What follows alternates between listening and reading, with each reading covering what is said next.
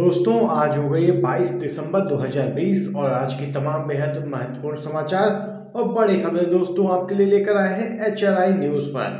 दोस्तों एक एक करके तमाम महत्वपूर्ण समाचार आप तक पहुंचाएंगे जो खबरें गोदी मीडिया नहीं दिखाता है। तो दोस्तों पहली बड़ी खबर बताते चले। प्रशांत भूषण का तंज, अमित शाह की रैली के लिए नहीं है कोरोना, संसद के शस्त्र चलाने के लिए कोरोना है। देश भर में किसान आंदोलन के बीच केंद्र सरकार ने संसद के शीत शस्त्र को कोरोना वायरस महामारी का हवाला देते हुए रद्द कर दिया। हालांकि केंद्र की मोदी सरकार पहले ही विपक्षी दलों के निशाने पर आ गई है इस मुद्दे को लेकर। वहीं अब प्रशांत भूषण ने भी जोरदार निशाना साधा है केंद्र की मोदी सरकार पर। सुप्रीम कोर्ट के वरिष्ठ वकील प्रशांत भूषण ने कहा कि अमित शाह बंगाल में एकदम करीब खड़े हजारों लोगों की रैली में हिस्सा ले रहे हैं और दूसरी तरफ सरकार कोरोना वायरस का बहाना बनाकर संसद का शीत शस्त्र रद्द कर रही है। क्या इस दोगलेपन की कोई सीमा है? वहीं एक और ट्वीट में उन्होंने आरोप लगाया कि अमित शाह बिना मास्क और सोशल डिस्टेंसिंग के कोविड-19 के सभी नियमों को तोड़ रहे हैं, जबकि सरकार कोरोना की वजह से संसद शस्त्र को रद्द कर रही है।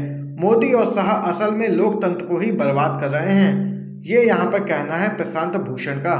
वहीं दोस्तों अगली बड़ी खबर की तरफ चलते हैं।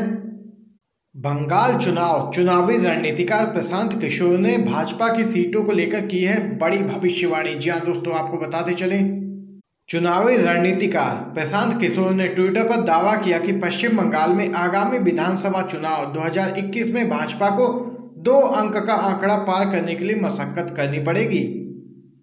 तृणमूल कांग्रेस अध्यक्ष ममता बनर्जी ने प्रशांत किशोर को अपना चुनावी रणनीतिकार बनाया है। प्रशांत किशोर ने कहा कि यदि भाजपा 2 अंकों से अधिक सीटें प्राप्त कर लेती है तो वह ट्विटर छोड़ देंगे।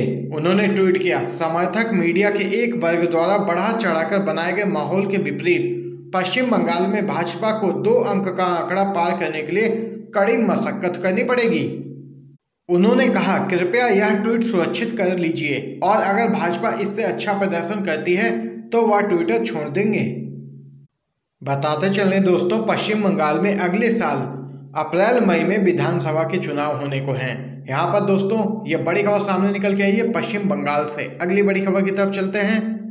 पंजाब के अड़हतियों के घरों व दुकानों पर इनकम टैक्स के छापे, दिल्ली में चल रहे आंदोलन को लेकर एक बार फिर से मोदी सरकार को उसकी सत्ता हिलती हुई दिख रही है। इसी क्रम में दोस्तों आपको बताते चलें, अब मोदी सरकार के निशाने पर पंजाब के अड़हती आ गए हैं। अड़हती इनकम टैक्स विभाग के निशाने पर आ गए हैं। आपको दोस्तों बताते चलें, पंजाब में अड़हतियों के घरों व प्रतिष्ठानों पर इनकम टैक्स विभाग ने छापेमारी की है। तो देख सकते हैं दोस्तों, इसी संबंध में किसानों का कहना है कि छापेमारी से मोदी सरकार के खिलाफ आवाज उठाने वाले नेताओं को उलझाया जा रहा है, मगर इससे किसानों के संघर्ष की अगुवाई करने वाले नेताओं को दबाया नहीं जा सकता। यहाँ पर यह बड़ी खबर सामने निकल के आई है दोस्तों पंजाब से। अगली बड़ी खबर की तरफ चलते हैं। किसानों के समर्थन में एनडीए का साथ छोड़ रही हैं पार्टियां, जेजेपी के अलग होने से हो सकता है हरियाणा सरकार को बड़ा नुकसान। जी हाँ दोस्तों बेहद बड़ी खबर है। केंद्र सरकार द्वारा लाए गए कृषि कानूनों के विरोध में किसानों का आंदोलन पिछले 24 दिनों से जारी है। देश के अलग अलग हिस्सों में किसान आंदोलन कर रहे हैं, जबकि भाजपा नेता और कार्यकर्ता कृषि कानूनों के समर्थन में अपने अभियान को गति प्रदान करने में लगे हैं। आपको दोस्तों बताते चले बेहद बड़ी खबर इसी से संबंधित हरियाणा राज्य से निकल के आ रही है, जहां भाजपा वाले कृषि सम्मेलनों का आयोजन कर रहे हैं, वहीं विपक्षी पार्टियां इस पर निशाना साध रही हैं। लेकिन भाजपा यह भूल गई है कि इन कृषि कानूनों की वजह से उसके घटक दल एनडीए से कई पार्टियां अलग हो गई हैं और कुछ जाने की फिराक में बैठी हैं। पहले शिरोमणि अकाली दल ने छोड़ा साथ, हनुमान बेनीवाल भी हुए अलग। वहीं दोस्तों आपको बताते चलें, 26 दिसंबर को एनडीए से बाहर निकलने के विषय में हनुमान बेनीवाल फैसला कर सकते हैं। और वहीं अब बात करें, चौटाला के पास है खट्टर सरकार की चाबी। हनुमान बेनीवाल एनडीए से अलग हो जाते हैं तो फिर बचते हैं दुष्यंत चौटाला। किसानों का सबसे बड़ा दबाव दुष्यंत चौटाला पर ही पड़ सकता है, क्योंकि दुष्यंत चौटाला खुद को किसान नेता बता रहे हैं और अगर दुष्यंत चौटाला कृषि कानूनों के विरोध में एनडीए से अलग हो गए तो केंद्र सरकार को एक तगड़ा झटका लगेगा और हरियाणा की मनोहर लाल खट्टर सरकार गिर जाएगी। ये देख सकते हैं दोस्तों, बड़ी खबर सामने निकल के आई है। दुष्यंत चौटाला पर है किसानों का दबाव इस्तीफा देने को लेकर। और यहाँ पर गिर सकती है हरियाणा की खट्टर सरकार। दोस्तों ये बेहद बड़ी खबर है इस समय की। वहीं अगली बड़ी खबर आपको बताते चले, तमिलनाडु में अगले साल अप्रैल के महीने में होंगे विधानसभा के चुनाव आयोग ने दिए हैं संकेत। दोस्तों आपको बताते चले, तमिलनाडु में सत्ताधारी AIADMK ने निर्वाचन आयोग को बताया है कि राज्य में अगले साल अप्रैल के तीसरे या फिर चौथे हफ्ते में प्रदेश में विधानसभा के चुनाव करवाए जा सकते हैं। आयोग ने यहां राजनीतिक दलों के साथ एक बैठक में विचार विमर्श किया था। बता दें कि मुख्य विपक्षी दल द्रमुक और अन्य दलों ने राज्य में एक चरण में चुनाव करवाने की मांग की है। तमिलनाडु प्रदेश विधानसभा का मौजूदा 5 साल का कार्यकाल अगले साल 24 मई को खत्म हो रहा है। दोस्तों तो देख सकते हैं ये बड़ी खबर तमिलनाडु से सामने निकल के आई है। अगले साल अप्रैल महीने में विधानसभा के चुनाव हो सकते हैं। दोस्तों अगली बड़ी खबर जान लेते हैं, क्या गिर जाएगी बिहार में नीतीश सरकार? तेजस्वी बोले मध्यावधि चुनाव के लिए तैयार रहें कार्यकर्ता।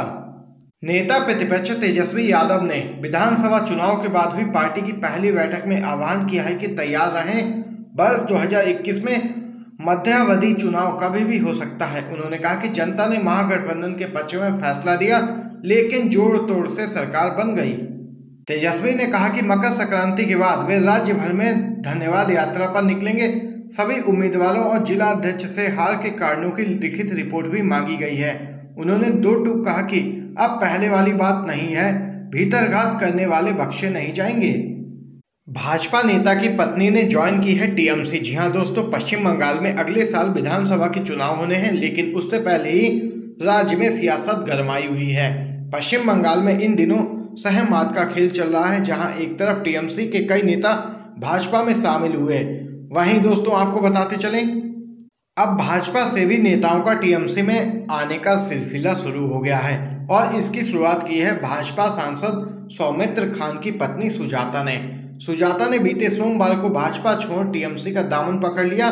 जी हाँ दोस्तों, और सुजाता ने टीएमसी की सदस्यता भी ले ली है। तो देख सकते हैं दोस्तों ये बड़ी खबर सामने निकल के आई है पश्चिम बंगाल से। वहीं दोस्तों अगली बड़ी खबर की तरफ चलते हैं, हिमाचल प्रदेश पंचायत चुनाव की तारीखों का ऐलान, 3 चरणों में होगी वोटिंग। जी हाँ दोस्तों, शिमला और पहाड़ी प्रदेश हिमाचल में 3615 पंचायतों के चुनाव का ऐलान हो गया है। प्रदेश में 17, 19 और 21 जनवरी 2021 को 3 चरणों में वोटिंग होगी। राज्य निर्वाचन आयोग ने चुनाव की अधिसूचना जारी कर दी है। 31 दिसंबर 2020, 1 और 2 जनवरी 2021 को नामांकन पत्र दाखिल किए जाएंगे। यहाँ पर देख सकते हैं दोस्तों ये बड़ी खबर सामने निकल के आई है। हिमाचल प्रदेश पंचायत चुनाव की तारीखों का ऐलान किया है और 3 चरणों में होगी वोटिंग। अगली बड़ी खबर दोस्तों बताते चलें, सरकार किसानों को डराना चाहती है, कृषि कानूनों से मिलेगा पूंजीपतियों को लाभ, ये कहना है यूपी के पूर्व मुख्यमंत्री अखिलेश यादव का। समाजवादी पार्टी के अध्यक्ष और पूर्व मुख्यमंत्री अखिलेश यादव ने कहा कि भारतीय जनता पार्टी किसानों को डराना चाहती है, लेकिन किसान डरने वाले नहीं हैं।